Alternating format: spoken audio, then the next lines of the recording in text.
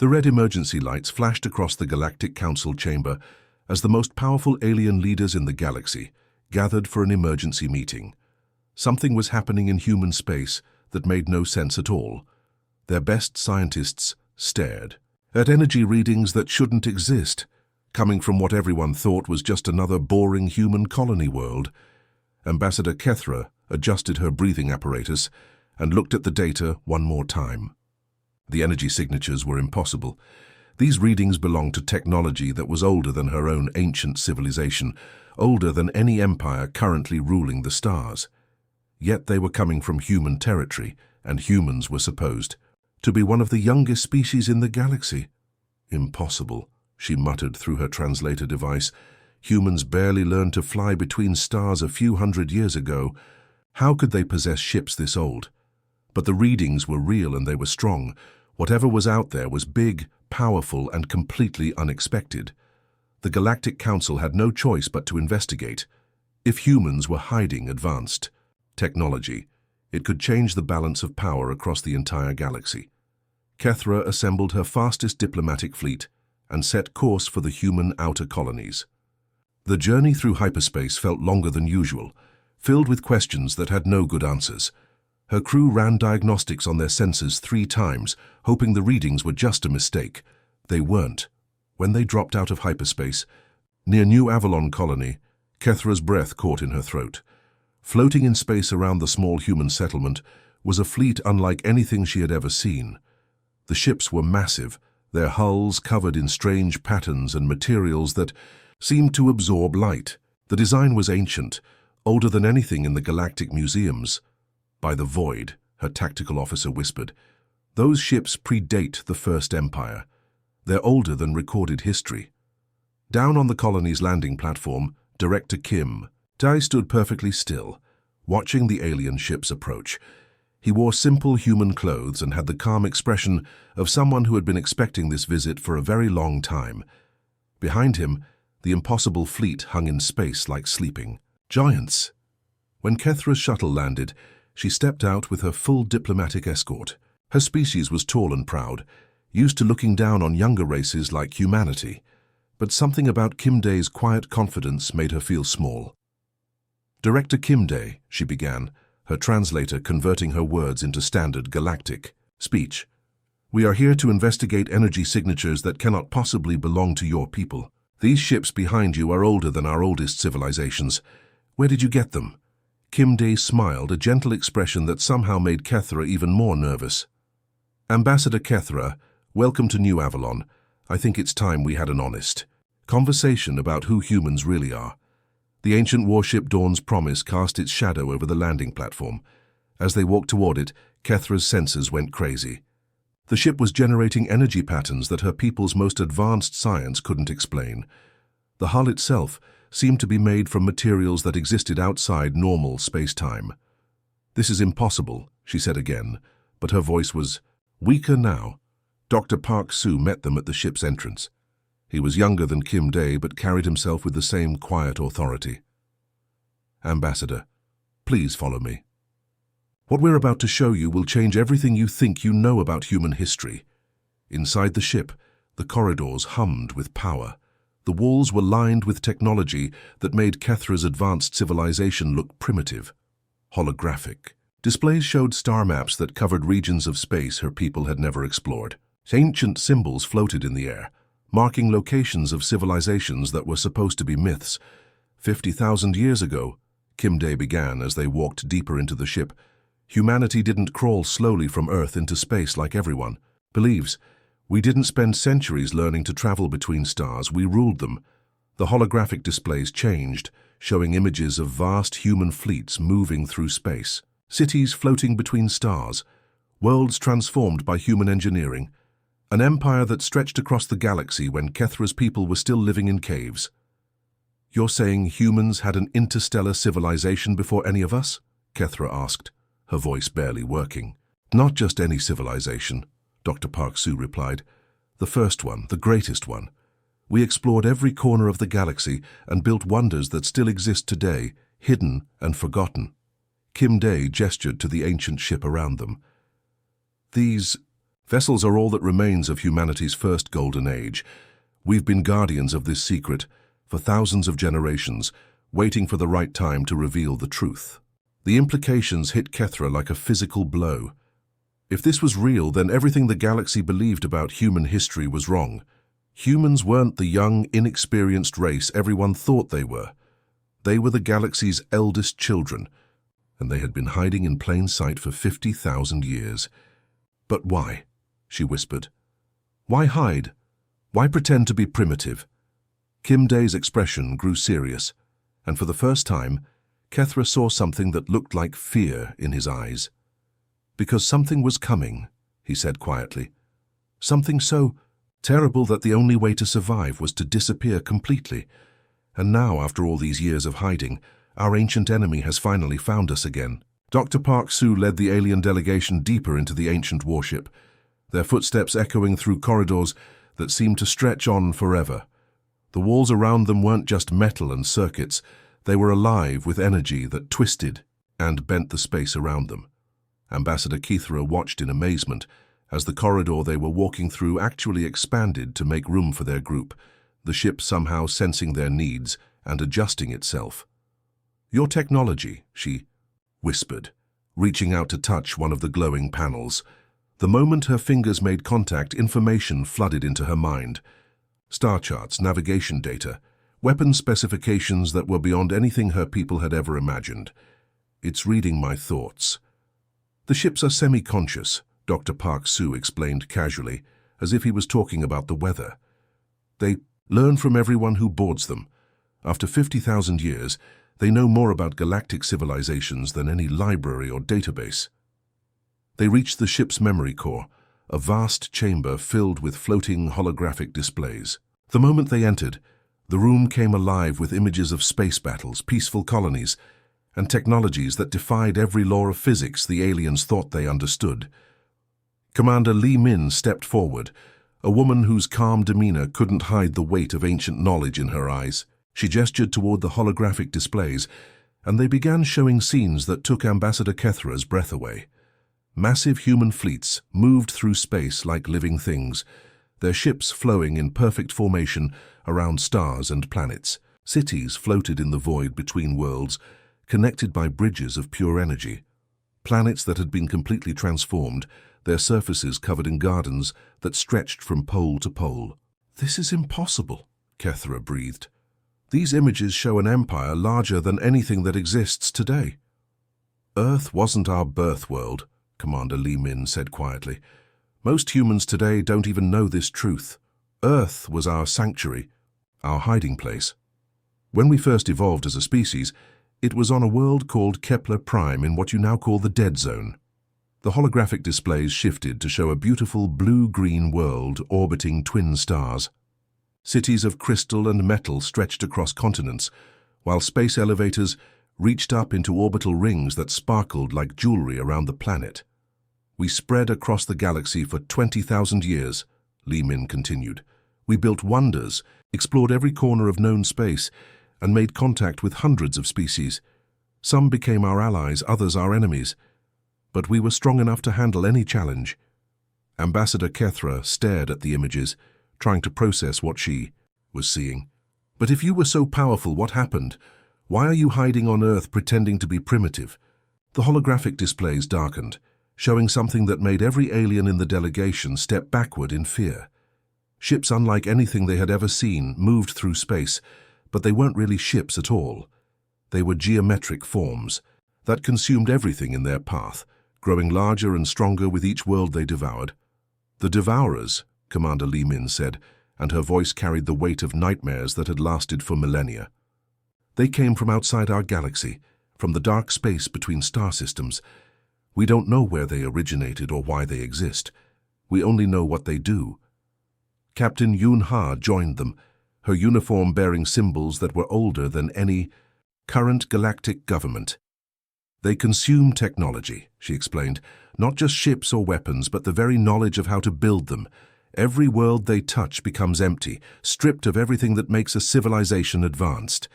The holographic record showed the war that followed. Human fleets that had seemed invincible were systematically destroyed or converted. Worlds that had stood for thousands of years went dark in a matter of days. The Devourers didn't just conquer, they erased, leaving nothing behind but empty space and primitive survivors. We fought them for 3,000 years, Captain Yunha continued. We threw everything we had at them, our greatest weapons, our most brilliant strategies, our most advanced technologies. Nothing worked. Every victory we achieved just made them stronger, because they learned from everything we used against them. Ambassador Kethra watched the final battles play out in the holographic display. Human ships fighting desperately against geometric nightmares that seemed to multiply with every attack. How did your species survive? We made the hardest choice any civilization has ever made, Kim Day answered. We chose to disappear rather than be destroyed. The greatest minds of our empire developed the long exile plan. The displays showed something that broke Kethra's heart. Millions of human ships fleeing their homeworlds, carrying refugees to a small, unremarkable planet in an isolated solar system. Earth had been chosen because it was so ordinary, so boring, that no advanced civilization would ever bother to look there. We deliberately destroyed our own technology, Commander Li Min explained. We buried our ships, wiped our databases, and taught our children to forget who we had been. Within a few generations, most humans believed they had always lived on Earth. But some of us remembered, Captain Yunha added, gesturing to the ancient ship around them. Families chosen to be guardians, keeping the old knowledge alive in secret. These ships were hidden throughout human space, waiting for the day when they would be needed again. Ambassador Kethra's translator was struggling to keep up with her rapid speech. Your entire civilization for the past 50,000 years has been an act, a performance to hide from these Devourers. A necessary performance, Kim Day replied. The Devourers hunt by detecting advanced technology signatures. They're drawn to civilizations that build powerful weapons or develop faster than light. Travel. So we became invisible. We pretended to be young and weak and harmless. We watched your people develop, Dr. Park Soo added. We watched the rise and fall of a dozen galactic empires. We had agents embedded in every major civilization, always watching for signs that the Devourers had returned. And now they have. Captain Yunha said grimly. Our long-range sensors detected their geometric signatures 3 days ago. They're coming back to finish what they started 50,000 years ago. The weight of this revelation hit Ambassador Kethra like a physical blow. Humanity wasn't the young, inexperienced race everyone thought they were. They were the galaxy's oldest survivors, and they had been preparing for this moment for longer than any current civilization had existed. What happens now? She whispered. Kim. Day smiled, but there was no humor in it. Now we stop hiding, he said. Now we show the galaxy what humanity really is. The peaceful atmosphere aboard the ancient warship shattered in an instant. Emergency alarms screamed through the corridors, their piercing sound making Ambassador Kethra cover her ears. Red warning lights bathed everything in an ominous glow as Technical Officer Bei Jun came running toward them, his face pale with terror. Commander Li Min, he gasped, his breath coming in short bursts. You need to see this immediately. The long-range sensors have detected something. He activated a portable holographic display that showed the outer edges of the galaxy. At first, Ambassador Kethra saw nothing unusual, just the normal scatter of stars and empty space. Then she noticed them. Dark geometric shapes moving through the void, their forms so alien and wrong that her mind struggled to process what she was seeing. No, Commander Li Min whispered, her calm composure cracking for the first time since they had met. It can't be, not yet. We thought we had more time. What are those things? Kethra asked, though part of her already knew the answer. The Devourers, Dr. Park Soo said grimly. They're back. The geometric shapes on the display were growing larger as they approached, and wherever they passed, space itself seemed to darken. The stars winked out of existence, entire solar systems vanishing as if they had never been there at all. Technical Officer Bei Jun's hands shook as he manipulated the display controls. They're moving faster than we predicted. At their current speed, they'll reach the first inhabited systems within days, not months. Commander Li Min activated her communicator with swift, practiced movements. Priority Alpha transmission to Lunar Base. Authentication code Omega 77. The Long Watch is ended. I repeat, the long watch is ended. Across human space, something extraordinary began to happen. On worlds that the galaxy had always known as peaceful farming colonies, massive underground facilities suddenly came to life. Ancient machines that had been sleeping for 50,000 years awakened with a deep thrumming power that shook the ground. Admiral Choi Hai sat in what appeared to be a simple lunar mining station. But as the walls retracted and the hidden chambers revealed themselves, it became clear that Lunar Base was actually the largest military installation in the galaxy. She was a woman who looked to be in her 40s, but her eyes held the weight of centuries. Her family had been guardians for 200 generations, keeping the old knowledge alive while the rest of humanity forgot. All human forces. This is Admiral Choi Hai. Her voice carried across every human world through communication networks that had been hidden for millennia. The Long Watch is ended. Phase 1 of the Prometheus Protocol is now active. All sleeper agents report to your designated positions. All hidden facilities are now operational. On New Geneva, what everyone thought was a simple mining operation suddenly revealed itself to be something much more sinister. The mining equipment transformed before the shocked eyes of alien observers, unfolding into massive weapons platforms that could destroy entire fleets. The human workers, who had seemed like ordinary laborers just moments before, moved with military precision as they activated systems that predated every known civilization. Captain Yunha watched from the bridge of the Dawn's Promise as similar transformations happened across dozens of worlds. Merchant vessels that had been trading peacefully with alien species for decades suddenly dropped their fake hulls, revealing warships whose weapons could crack planets in half. The civilian crews aboard these ships weren't traders at all, but military officers who had been maintaining their cover for their entire lives. Fleet Commander Nam Su stood on the bridge of the Eternal Vigilance, one of humanity's most ancient battleships. The ship had been hidden in the asteroid belt of the Sol system, disguised as just another piece of space debris. Now it emerged in all its terrible glory, its hull scarred from battles fought before the current galactic civilizations had even learned to make fire. "Look at them," he said to his crew, gesturing toward the holographic display that showed thousands of human ships emerging from their hiding places. Each one of these vessels has been waiting for this moment for 50,000 years. Each one carries the memories of our first war, the knowledge of what these devourers can do. The ships that emerged from hiding were unlike anything the current galaxy had ever seen. Their hulls were made from materials that seemed to absorb light itself. Their weapons generated energy signatures that made nearby space ripple and bend.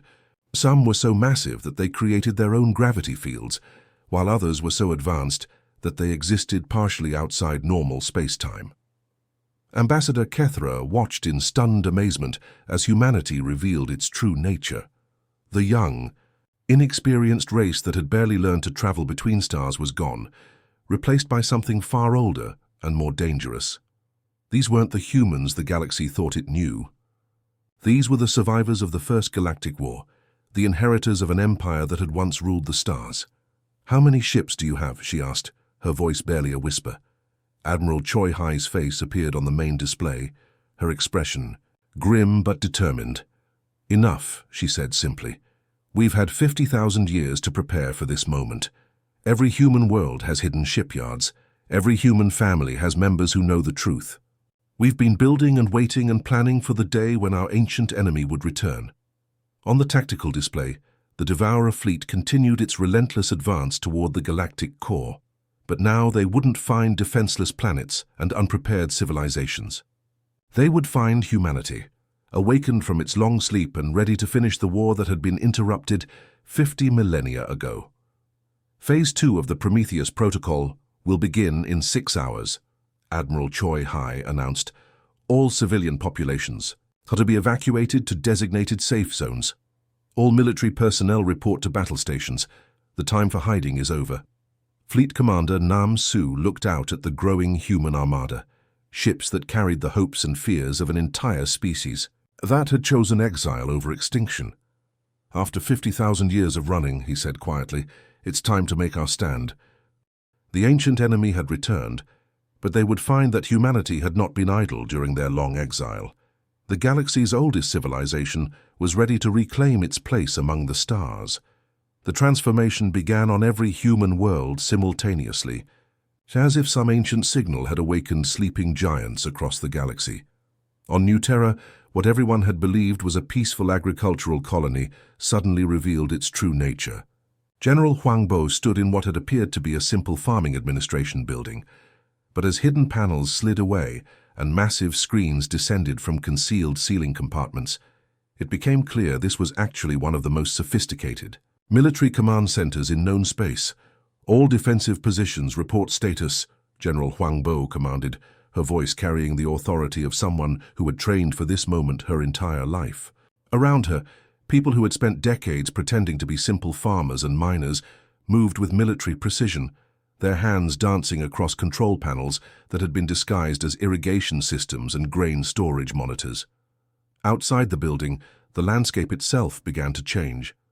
What had looked like ordinary terraforming equipment started to unfold and reshape itself. Massive drilling platforms that everyone thought were for mining operations revealed themselves to be planetary defense cannons capable of destroying entire fleets. The innocent-looking atmospheric processors transformed into shield generators that could protect the entire planet from orbital bombardment. "My God," whispered one of the alien trade representatives who had been visiting New Terra. "The whole colony is a fortress. You've been preparing for war this entire time." General Huang Bo turned to look at the terrified alien, her expression calm but determined. "Not preparing for war," she corrected. "Preparing for survival. There's a difference." In space above New Terra, Captain Song A stood on the bridge of her flagship, watching as her battle group emerged from hiding. The ships around her were works of art as much as weapons of war, their hulls made from metals that had been forged in the cores of dying stars before the current galactic civilizations had even learned to use fire. The vessels moved through space with an organic grace that defied every law of physics the galaxy thought it understood. "All ships report ready for combat operations," her tactical officer announced. "Weapons systems are charging. Estimated time to full power is 3 hours. Captain Song-ai nodded, feeling the deep vibration that ran through her ship as its ancient power systems came fully online. The sound was like a heartbeat, as if the vessel itself was a living creature awakening from a long sleep. Around her, battle group, space began to ripple and bend as the ship's reality-warping engines prepared for combat. On the main diplomatic channels that connected all the major galactic civilizations, Ambassador Park Kyung's face appeared on screens across thousands of worlds. She was a woman who had spent 40 years serving as humanity's representative to the Galactic Council, always seeming slightly overwhelmed by the more advanced alien civilizations around her. Now, as she spoke, her voice carried an authority that made it clear she had never been the simple diplomat everyone thought she was. "Citizens of the galaxy," she began, her words transmitted simultaneously in hundreds of languages. "For 50,000 years we have walked among you. We have been your neighbors, your trading partners, your allies, and sometimes your friends. We embedded ourselves in your governments, your military forces, your scientific institutions, and your very societies." Across the galaxy, alien leaders who had worked with humans for decades suddenly realized that their trusted advisors and allies had been something far more than they appeared. Human ambassadors, traders, scientists, and even low-level clerks revealed themselves to be agents of an intelligence network that spanned the entire galaxy. "We did not do this as conquerors or infiltrators," Ambassador Park Kyung continued. "We did it as guardians. We have been watching, waiting, and preparing for the return of an ancient enemy that once nearly destroyed all life in our galaxy." The alien leaders watching this broadcast struggled to process what they were hearing. The humans they had dismissed as a young, inexperienced species were revealing themselves to be the galaxy's oldest civilization, with agents embedded at every level of galactic society. Back at the military command center, Battle Coordinator Lim Da stood before a massive holographic display that showed the approaching Devourer fleet in terrifying detail. The geometric shapes moved through space like a plague, consuming everything in their path and growing larger with each system they devoured. "Enemy fleet composition matches our historical records exactly," she reported to Admiral Choi Hai. "Approximately 50,000 primary vessels, supported by millions of smaller units. They've grown significantly since our last encounter, but their basic structure and tactics remain unchanged." Admiral Choi Hai studied the display, her mind processing strategic information that had been passed down through her family for 200 generations. She was the descendant of the admirals who had fought in humanity's first war against the Devourers, and she carried their knowledge and their determination. "They expect to find the same galaxy they left behind," she said quietly. "Unprepared. Civilizations, primitive weapons, scattered defenses. They don't know that we've been preparing for their return for 50,000 years." The holographic display shifted to show humanity's true fleet as it assembled from across the galaxy. 10,000 warships emerged from their hiding places, each one a masterpiece of technology that had been preserved and improved over millennia. Some had been buried beneath the surfaces of dead worlds, others hidden in the hearts of asteroid fields, and still others disguised as space stations or mining platforms. "Signal all vessels," Admiral Choi Hai commanded, her voice carrying across the communication networks that connected every human ship, base, and colony. "The long watch is ended. The children of Earth call their scattered kin home. After 50,000 years of exile, we reclaim our place among the stars." Throughout human space, the response was immediate and overwhelming. Ships that had waited in silence for centuries powered up their ancient engines. Weapons that could crack planets began their charging sequences. Defense systems that spanned entire star systems came online for the first time since the original, for the masquerade was over. Humanity had revealed itself not as the young species the galaxy thought it knew, but as its oldest survivors, armed with knowledge and weapons that predated every current civilization. The Devourers were returning to finish what they had started 50,000 years ago, but they would find that their ancient enemy had not been idle during the long exile. The stage was set for a battle that would determine the fate of every living thing in the galaxy, and humanity was finally ready to fight back. The Nexus system had been chosen carefully. Located at the intersection of 7 major hyperspace routes, it was the perfect place to force a confrontation. Fleet Admiral Ko Yoon stood on the bridge of the Prometheus Dawn, humanity's most ancient and powerful warship, watching as space itself began to tear apart around them. The Devourer fleet emerged from hyperspace like a nightmare made real. Thousands of geometric ships materialized in perfect formation, their dark hulls seeming to absorb the light from nearby stars. They moved with mechanical precision, each vessel exactly where it needed to be for maximum destructive efficiency. These weren't just ships. They were components of a vast machine designed for one purpose: the complete elimination of advanced life.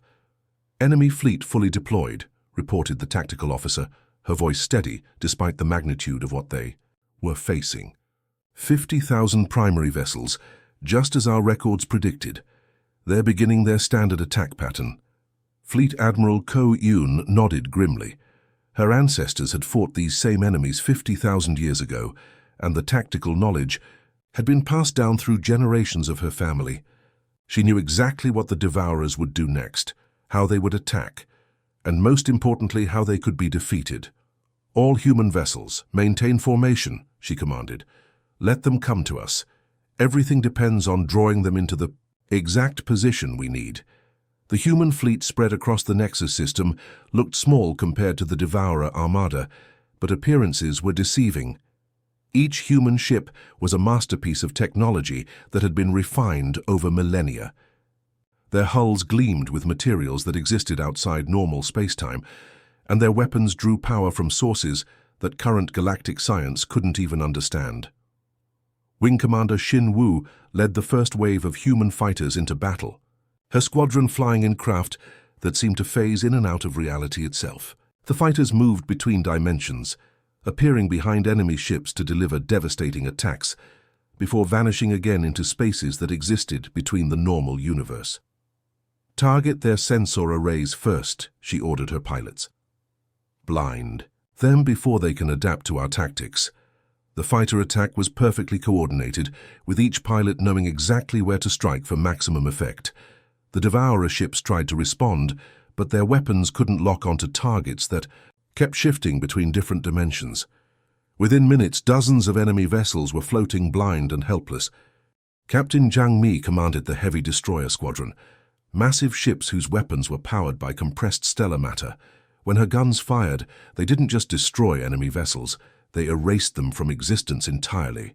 Each shot contained the concentrated power of a dying star, channeled through focusing systems that humanity had perfected over 50,000 years of preparation. "Fire at will," she commanded, watching as her destroyers unleashed destruction on a scale that defied imagination. "Show them what happens when you threaten humanity's children." The battle raged across the entire star system, with human ships dancing between enemy formations like deadly ghosts. But this was all part of a larger plan, a trap that had been 50,000 years in the making. Admiral Choi Hai monitored the battle from her command center, watching as the Devourer fleet moved exactly where humanity needed them to go. Systems Coordinator Oh Young, report status on the stellar manipulation arrays. Oh Young worked frantically at her control station, monitoring systems that were spread across dozens of star systems. All 37 stars are responding perfectly. "Admiral, the gravitational lenses are in position. The stellar manipulation arrays are fully charged and ready." What the Devourers didn't know, what no one in the galaxy except humanity knew, was that this battle was taking place in the middle of the largest weapon ever constructed. For 50,000 years, human engineers had been secretly modifying every star in the local cluster, turning them into components of a single, massive weapon system. "The trap is ready," Oh Young reported. "All we need is your command." Admiral Choi Hai watched as the last Devourer ships moved into the kill zone.